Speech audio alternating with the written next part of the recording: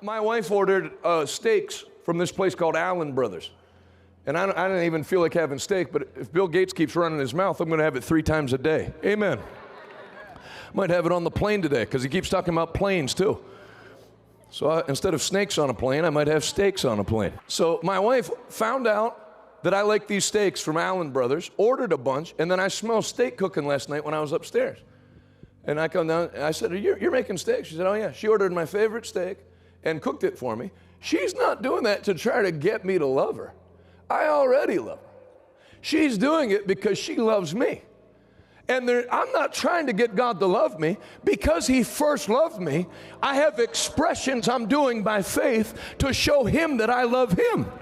Can you say amen? I'm not trying to not get God to not strike me dead with lightning when I pay my tithe. I would give you everything I have, and you're only asking for 10%, so I gladly bring it to you because I love you. Can you say amen?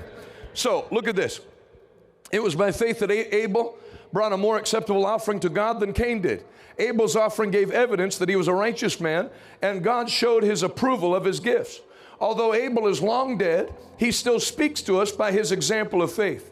It was by faith that Enoch was taken to heaven without dying. He was not, because God took him. For before he was taken up, he was known as a person who pleased God, and without faith, it is impossible to please God. Listen to this now. Faith rests on 2 pillars. Like your behind is resting on a chair that has 4 pillars. If you take any one of those chair legs and kick them out, you're going to fall straight to the ground. And just like that, with faith, if these 2 things, if you don't get anything out of this whole 8 days except this, it'll set you up for life. If your faith does not have these 2 things from Hebrews 11:6 intact, your faith won't work right. You'll be a confused Christian. I've been praying and praying and praying. I've been believing and believing and believing because something's amiss with faith. Without faith, it is impossible to please God. For anyone that wants to come to Him successfully must believe that He is. Everybody say He is. He is what? Well, first of all, not that there is, that He is. The God of the Bible. I believe there's a higher power. You know, obviously, this earth couldn't have gotten here by accident. There has to be something. That's not believing He is. That God, it's believing that He is, not that there is a God, not that there's a big guy upstairs or a higher power, that He is the God of the Bible. I don't believe in healing. Then you don't know God, because God didn't say I heal. He said I am Jehovah Rapha. I am the God that healeth thee. I don't believe that God blesses with material things. Then you don't know God, because we just read in Genesis 22 that Abraham called that place Jehovah what? Jireh, which means the Lord has provided. He provided a physical ram to be sacrificed.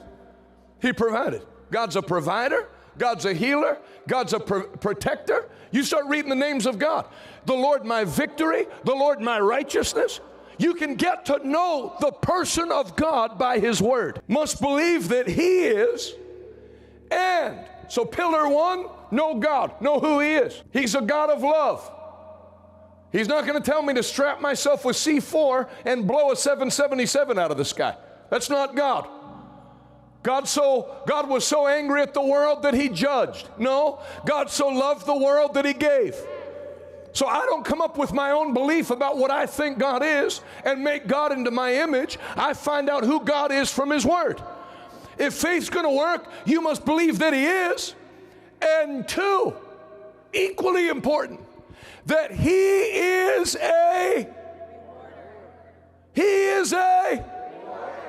God is not a punisher. People are going to get punished if you miss the rapture. That's why I'm going to preach myself sweaty this coming Saturday. Because there's people all around here.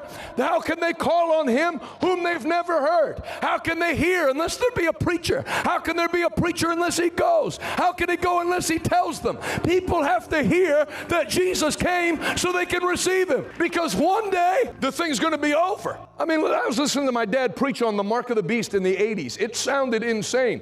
Now you have the Federal Reserve talk about implementing this year the cashless society and digital currency only.